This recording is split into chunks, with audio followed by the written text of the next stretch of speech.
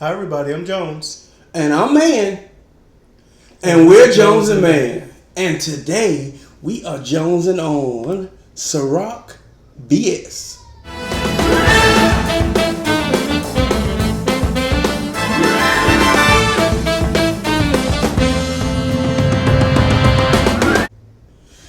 Alright, Jones, I was finally able to get my hands on a bottle of the VS. I mean, I checked Tennessee, South Carolina, North Carolina. Finally, when we went on vacation in Florida, got it in Florida. Yeah.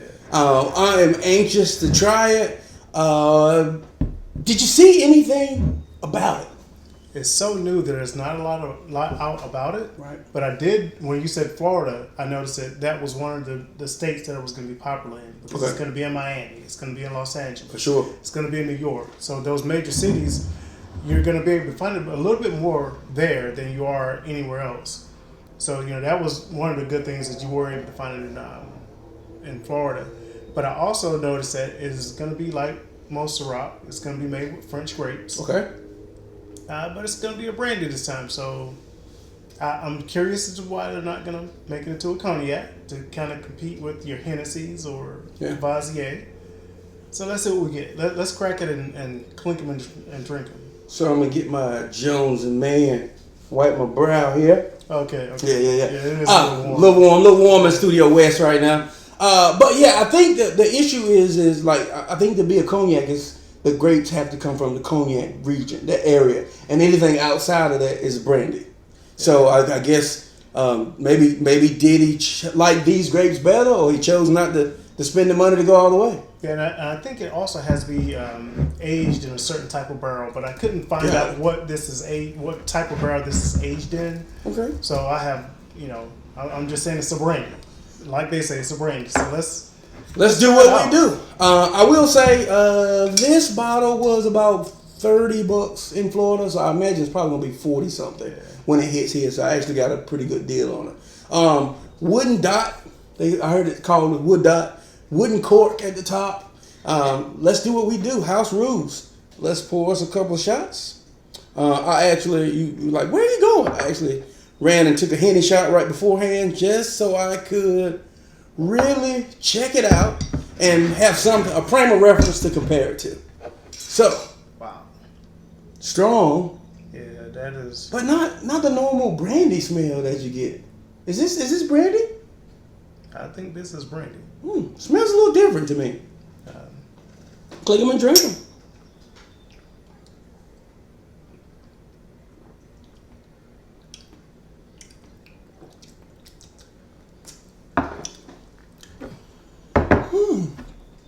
Okay.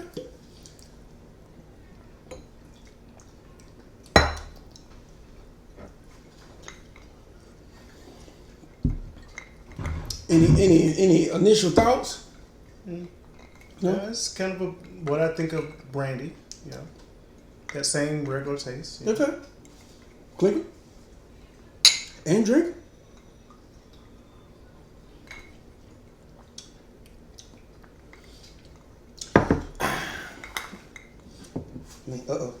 My Jones and Mann.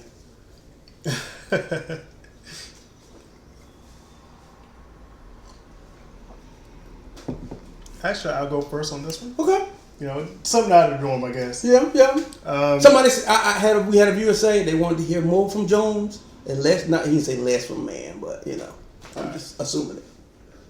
Well, I can go ahead and tell you that it's not bad. Pretty smooth. It has like the brandy taste. So if you are a cognac drinker, like a Hennessy drinker, to me it has a Hennessy type flavor, but it is much smoother and doesn't have that harsh bite back of your Hennessy. Even you remember the cognac was the Cavassier that we did earlier. So it's not bad, but at the same time, being a whiskey and a bourbon drinker, I wouldn't select this over one of my whiskeys or bourbons. Right. So unfortunately, even though it's smooth, it's not overly sweet. It's just not a favorite for me. I have to list it as a flop. Maybe if I drink it more, I could give it a better rating. But right now, it's a flop. Sorry, Puffy. I found it to be pretty smooth. when you put it on the rocks, it got super smooth. Yeah. You taste a little bit of the sweetness. There's some underlying oakiness there. I'm not getting it. You know, I expected it to be more. I don't know. I guess I was just feeling like it would be more vodka-ish, but it's not. No, it's definitely not. It's definitely a very brandy. close to a cognac. Having just hit a shot of Henny right before I took a shot, like right before we came in here, I think I like this better than the Henny. Yeah, because yeah, Henny yeah, has a bite to it. It was a straight shot, so I didn't get to do Henny on the rocks. But I felt like this was super smooth. Yeah. Now I don't know how I feel tomorrow. You know, if I'm drinking this all day, that's why I'm not a Ciroc fan, because I like their flavors, but they don't do well with me the next day. Now anything else I can drink, I've got no problems. But Ciroc, the next day I'm like, whoo, man, my head's throbbing. So just from your initial tasting, would you give it a favorite or a flop? Just because I have to go favorite or flop, I'm gonna say favorite. You know, it's not a favorite in that I'm gonna run out and buy. Well, I actually went out and bought several bottles of it, but just because it was new and I couldn't get it anywhere else. But if I'm gonna drink brandy, this is where I'm gonna go. Yeah, I think this is a good brandy cognac kind of realm. I wouldn't mind drinking it just a little bit more. Yeah. Just to kind of bring me back to a brandy and cognac, because like I said, it's smooth, but it's not impressive. Yeah, I mean, I'm gonna say it's a favorite. I like it. I think it's just comparing that Henny shot, to me, it was better. Yeah, it was better. Now, to me, it's definitely better than Hennessy. Yeah. But like I said, I've been in the bourbon and whiskey world for so long, trying to come back to like a brandy. Yeah, it's smoother. It's smoother. It's softer. It's got a nice little sweetness. Yeah. Not super sweet, but a little sweet undertone to it. Yeah, I mean, I think the other thing is I'm not gonna drink cognac or brandy on a regular basis. It's just not my bag. But if I was, I feel like I might go to this. Yeah, if you're gonna have a Ciroc party, I think this is definitely a neat bag trick to have in your catalog. Yeah. So flop? Definite flop. Sorry, favorite. Guys. So split 50-50. I would say if you're a Henny drinker, and if you're a long-term Henny drinker, it's probably going to be hard for you to step away from that.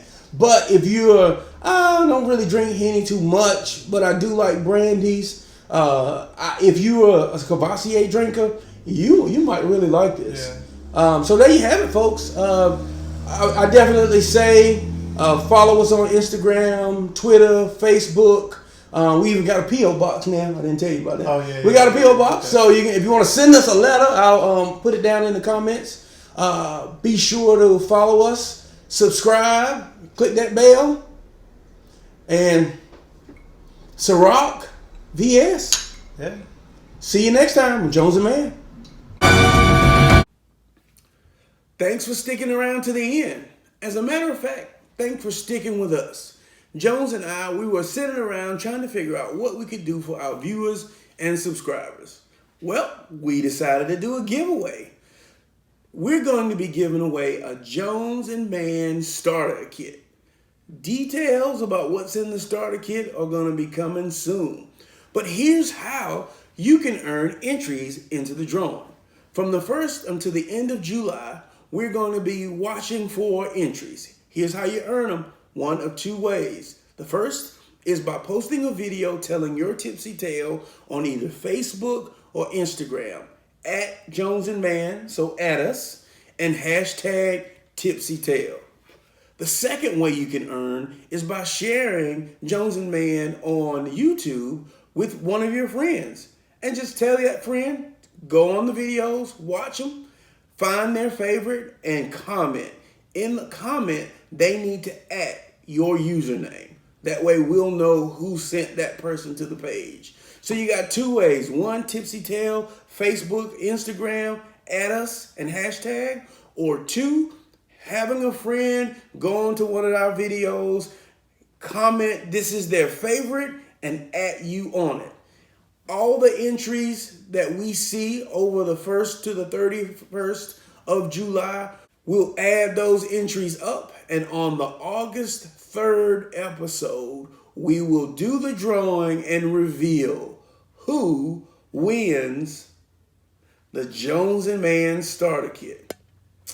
So just a way for us to kind of say thank you and send you some of our goodies. So keep watching. Be sure to follow us on Instagram, on Twitter, on Facebook. Subscribe. Well, that's pretty much the details. Good luck. And until next time, clink 'em and drink 'em.